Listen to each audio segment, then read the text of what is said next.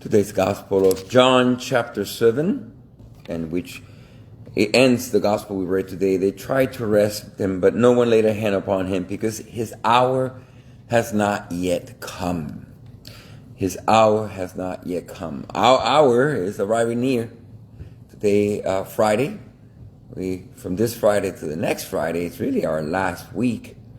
And after that, we go into Palm Sunday and Holy Week. So our hour is drawing very near. We have 2 more Fridays of fasting and almsgiving and prayer, or the real sacrifice of preparing for the death and resurrection of our Lord. So our hour is coming near. Now, as we continue our PFG 40, that's how I'm calling it now, PFG 40, prayer, fasting, giving for 40 days.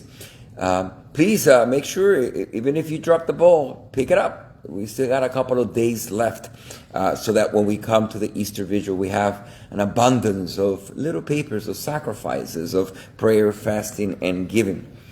By the way, I will then build upon that during the Easter season with another challenge. But for now, let's just keep going with this one.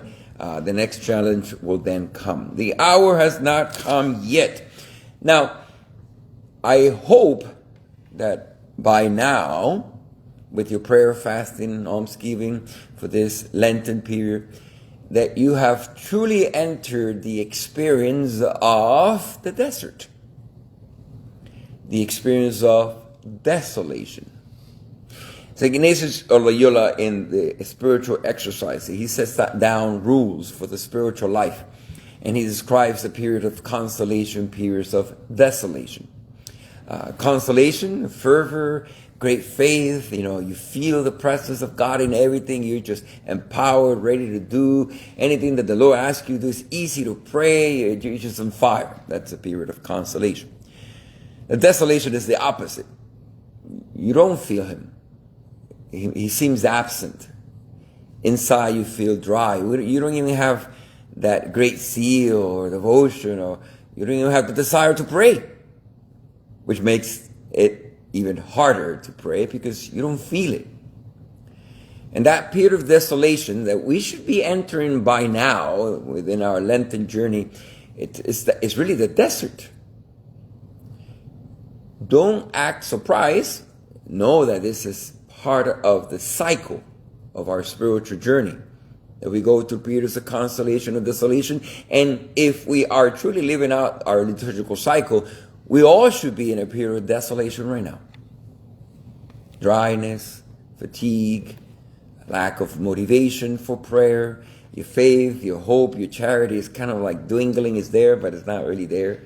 To pray is like, it's almost you're obliging yourself. You're pushing yourself. I'm going to do it even if I don't feel it. Even if I don't feel like it, I'm doing it. And that's the key of the desolation. You see, Ignatius speaks of these 2 periods, desolation and consolation, and he describes some of the reasons behind it. The main reason for God allowing periods of desolation, and by the way, just because you're in desolation does not mean it's because of a sin. Yeah, if you commit a sin, you're definitely going to be in desolation.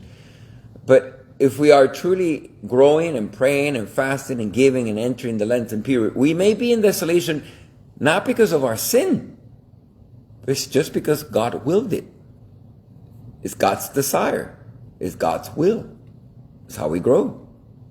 I often parallel this with, we refer to our soul, anima, female, in reference to Christ, the bridegroom. We, the bride, Jesus is the bridegroom. So just as in the woman, there's this beautiful cycle that she enters to, biologically speaking, where there's great joy and fertility, and then pain and darkness and dryness, so too is in our soul. This is the cycle we go through so that we may grow in faith.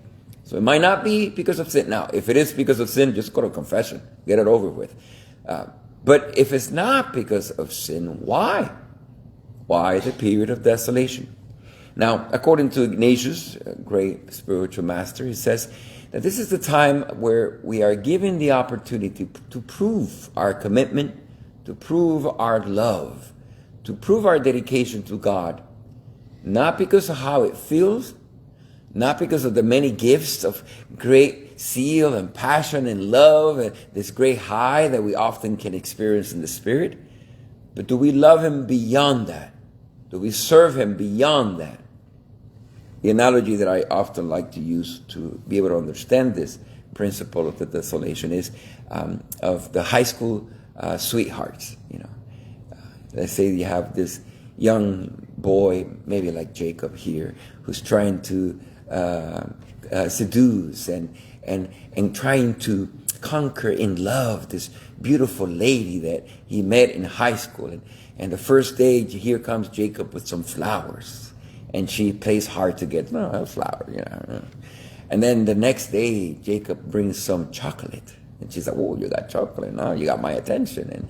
And then the next day, Jacob brings a beautiful poem that he wrote for her. Oh, it's so cute. And then a beautiful song. And imagine that Jacob were to do this every day for a long time, a long period of time. And he's building up every day, something special, something unexpected, out of the nowhere, very creative. And then he gets to the point where he musters the courage and says, will you go out with me? Now, by then, if Jacob did it right, she would be really open to the idea. It's like, this guy really likes me and makes me feel special and really treat me with love and respect. She's like, okay, we could go out. And then go out for a date, and then eventually it continues, and we want to be my girlfriend. Oh, yes, I would love to be your girlfriend, And now Jacob is so happy he has a girlfriend, and walking around holding hands and giving kisses and all the beautiful things. And let's say all of a sudden Jacob stops doing all the special stuff. No more flowers, no more chocolate, no more poems. No more of that romantic things going on. It's just him now. Well, the girl probably at the first day was like, oh, he didn't do anything special. Oh, he's waiting.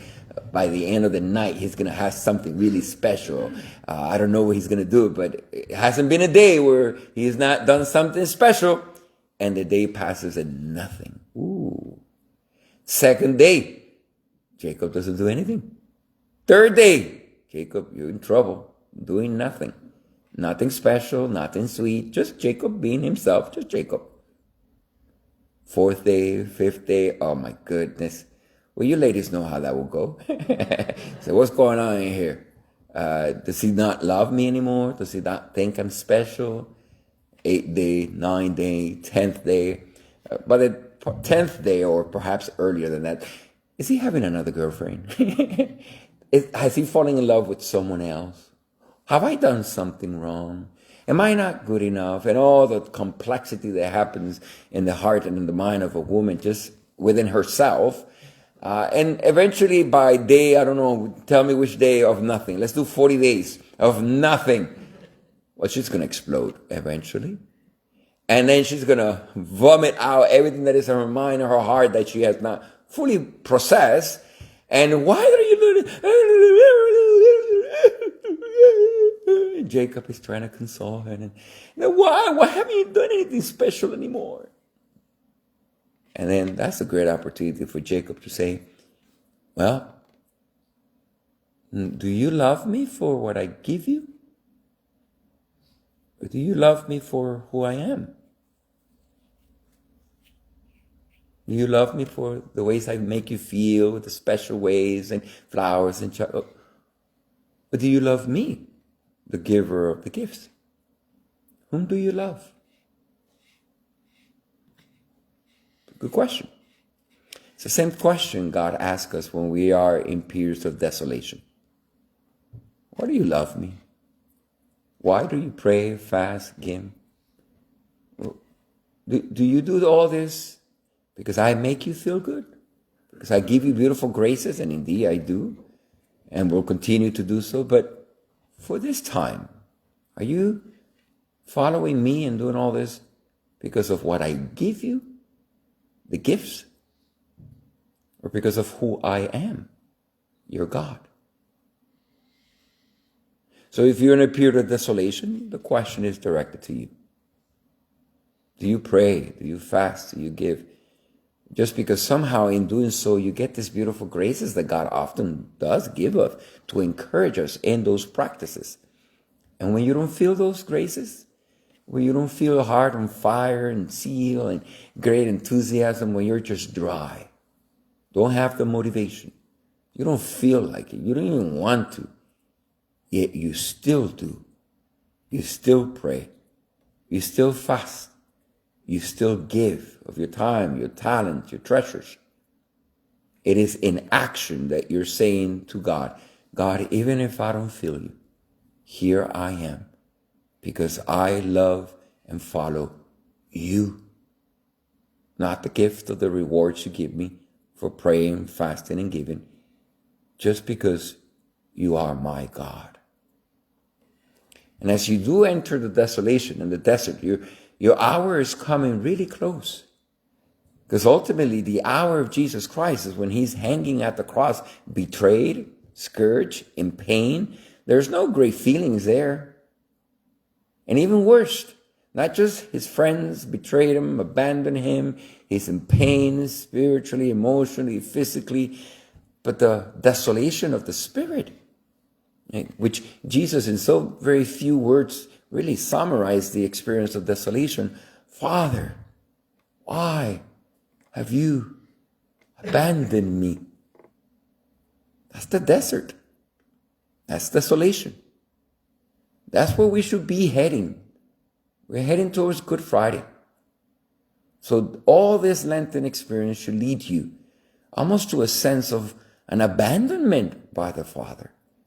And the ultimate test, even when you feel abandoned by God himself, will you continue to hang on that cross, your own personal crosses, give your life? And although Jesus felt abandoned by the Father, as a feeling, nevertheless, he knew he was there. And the next statement, into your hands, Lord, I commend my spirit. May our prayer, fasting, and giving this Friday, we still got one more week, really prepare us for that hour. Not to be surprised or scared when we're in desolation, desert, abandoned, feeling dryness, but let it be an opportunity for you to continue moving forward, to do the prayer, fasting, and giving, not because of any rewards, but because this is the way we in action are saying to God, we love you. We follow you. You are my God. And even if I feel abandoned by you, into your hands, Lord, I commend my spirit.